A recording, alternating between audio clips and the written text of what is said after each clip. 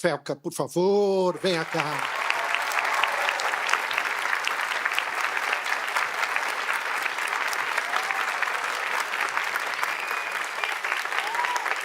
Muito obrigado, Felca. Sente-se aqui. A gente fica um pouquinho do programa conversando. Maravilha.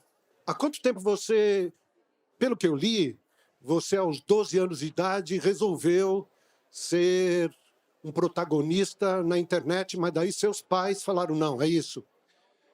Começou assim. Com 12 anos de idade, eu comecei a produzir conteúdo, mas naquela época eu era criança, não sabia nada das coisas, como que funciona, né? E naquele momento, eu contei para meus pais, e meus pais falaram: muito bacana o que você está fazendo, apoio, mas ainda é muito cedo. Eu acho que tem que esperar um pouquinho de tempo mais, você amadurecer. Esse ambiente que você está entrando, talvez você não entenda tudo. Na minha cabeça de criança, pré-adolescente ali, eu fiquei, não entendi, fiquei meio revoltado por um tempo. Nossa, por que meus pais estão me proibindo? Hoje, quando eu olho para trás, eu entendo muito bem e eu agradeço meus pais. E aí você voltou com que idade a produzir? Com Felca, que é o canal que eu cresci na internet, que eu fiquei conhecido, foi em 2019 que eu publiquei o primeiro vídeo. Publiquei o primeiro vídeo, era vídeos de humor, um tom bastante humorístico, mas tinha já um tonzinho de crítica. Eu sempre gosto de colocar... Hoje meus vídeos são muito críticos, e com muito humor também, e eu sempre gosto de colocar crítica inserida no humor. E tem funcionado. Aos poucos, meus vídeos têm ficado mais críticos, ainda mantenho humor, mas têm ficado mais críticos. E hoje eu tô aí, né? Agora, hoje, houve uma explosão, não é? De visualizações, de compartilhamentos. Até aquele momento, há poucos dias atrás, antes do documentário, quantas pessoas faziam parte dos seus canais? Eu tinha... se for contar em todas as redes sociais, daria talvez 15 milhões a 20 milhões. Eu tinha... Na rede social principal, eu tinha 8,8 milhões. E hoje? Hoje, na rede social principal, que eu tinha 8,8 milhões, eu tenho 15 milhões,5 em 5 dias. Foram mais de 7 milhões de seguidores aí em 5 dias e crescendo. O teu vídeo repercutiu muito. Ele repercutiu pela história, né? Através das pesquisas e das denúncias que você fez, mas ele repercutiu também junto ao comportamento das pessoas. Eu acho que as pessoas começaram a refletir mais, e eu já vi vários vídeos de mães falando: eu não devia ter exposto tanto meu filho, apesar de nem ser uma exposição, vamos chamar assim, delicada ou sensual. Que reflexão você começou a trazer para a gente a respeito disso? Eu creio que esse é o ponto mais importante mesmo do vídeo, e você falou sobre ter chegado nas pessoas, e foi isso que eu observei mesmo. Me mandaram fotos, por exemplo, Serginho, de pessoas assistindo o meu vídeo na horizontal, que é uma coisa muito difícil nos dias de hoje, as pessoas estão consumindo todos na vertical, assistindo no ônibus o meu vídeo, no metrô. Eu fico muito feliz porque não é sobre mim, não é sobre eu como pessoa. É sobre a causa mesmo. Essas crianças, essas contas de perfis de crianças estão sendo utilizadas para promover trocas de pornografia infantil. Isso é muito sério. Isso é muito sério. É um assunto muito delicado, é um assunto aversivo de ser falado, é um assunto que causa repulsa, mas ele tem que ser falado. Infelizmente, é um assunto que acontece em pequena e grande escala, de forma menos ou mais problemática. Acontece desde uma exposição, desde uma adultização, crianças se portando como adultos, até crianças sendo sexualizadas de fato, né? É doentio. É doentio, é completamente doentio. É muito importante a gente falar sobre isso, e eu observei que esse movimento na internet de crianças produzindo conteúdo, e o público, ele era dividido, ele tinha outras crianças consumindo, alguns pais consumindo, mas ele tinha naquele público também, isso é muito sério, pedófilos. Tinha pedófilos consumindo aquele conteúdo. E era um conteúdo, Serginho, que se eu mostrasse pra você, sem dar o contexto, você ia falar que era um conteúdo inocente. Era uma criança brincando, era uma criança se divertindo ali com as amigas, mas existiam pedófilos, desculpa dizer, eu sei que é forte, cantando aquelas crianças. E daí você vê aquilo, você vai vendo aquele movimento, você vai vendo acontecendo, e você vai vendo pessoas que produzem conteúdo para suas crianças, pessoas que às vezes adultizam propositalmente a criança. Se você não sente uma indignação, você não é um ser humano. E eu, eu senti uma indignação, tinha um público e falei. Simplesmente liguei a câmera, na minha simplicidade, o estúdio que você vê branco lá, um estúdio contratado, é o meu quarto. É o meu quarto, é a minha câmera ali que eu liguei, falei. As reuniões de pauta era eu e meus amigos, que a gente entrava em ligação, conversava. Cara, isso aqui tá legal, isso aqui não vai, isso aqui vai. E causou um movimento tão gigantesco, Serginho, que agora, nesse momento, tá sendo meio nebuloso, tá sendo meio difícil de cair a ficha.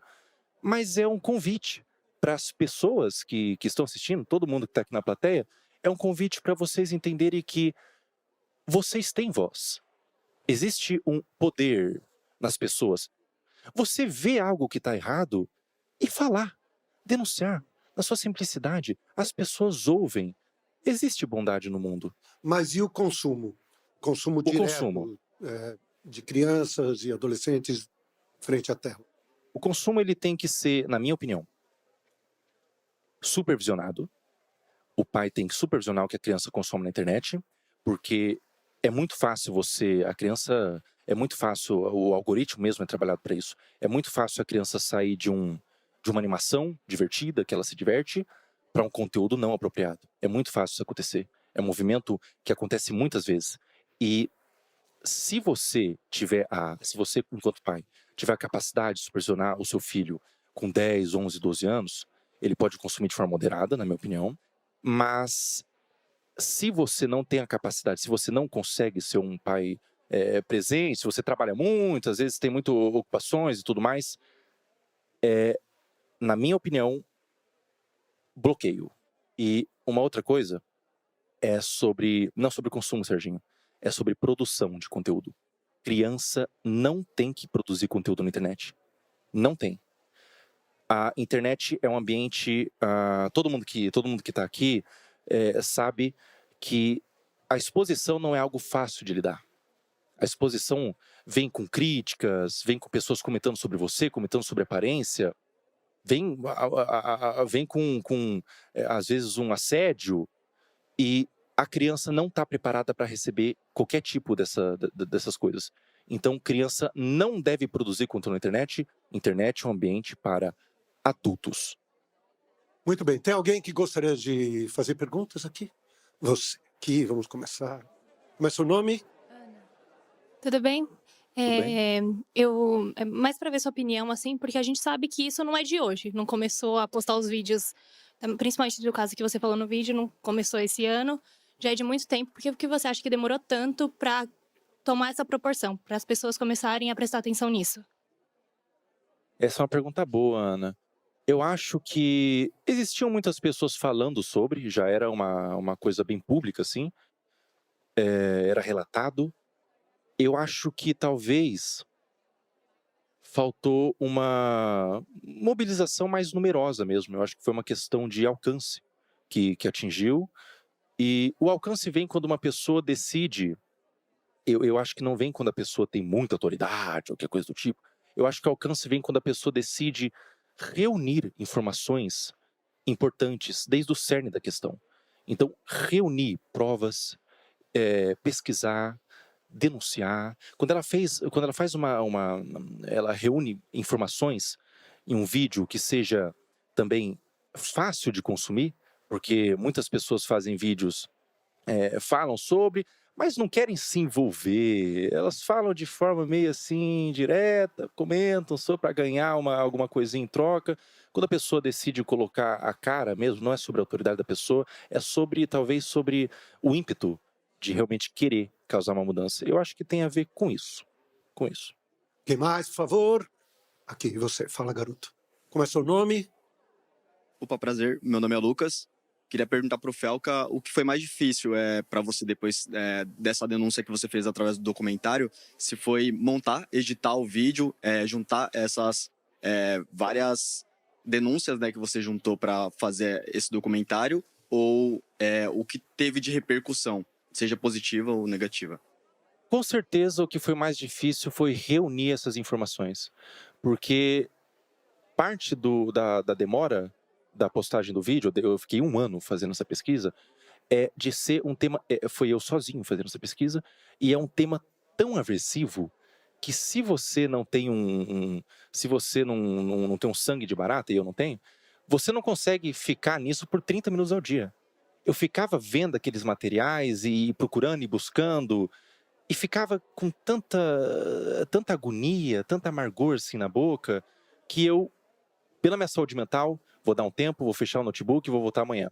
Então, esse foi o mais difícil. A repercussão, por mais que seja muita coisa acontecendo ao mesmo tempo, é muito positiva. Eu estou muito feliz porque se estão dando luz para essa causa, eu creio que possa haver mudanças. Então, é extremamente positivo. Eu estou super realizado, super satisfeito.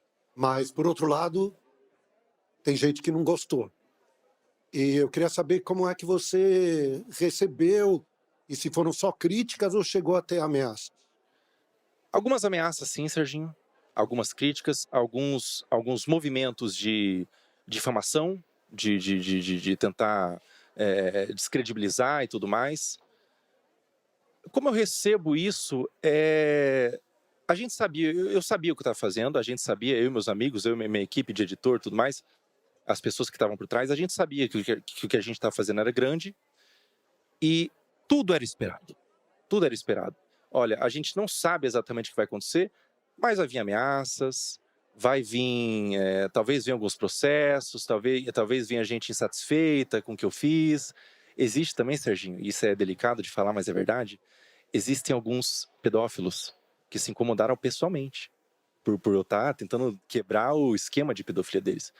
Esses pedófilos, eles vão se sentir atacados pessoalmente e vão bater de frente, mas, sinceramente, quem tem que ter medo são eles, não uma pessoa que está denunciando. Quem tem que ter medo são os pedófilos.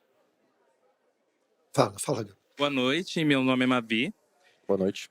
E a minha pergunta é, depois da repercussão do seu vídeo e a ação do Ministério Público, o que você acredita e qual mecanismo podemos usar para proteger as nossas crianças das redes sociais? Existe o ECA, por exemplo, o Estatuto da Criança.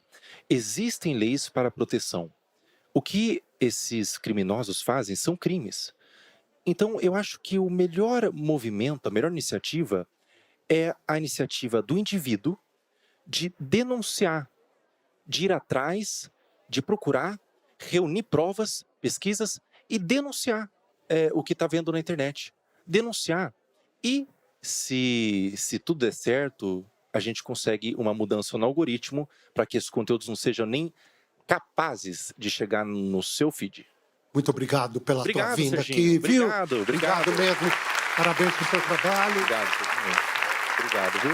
Obrigado, viu?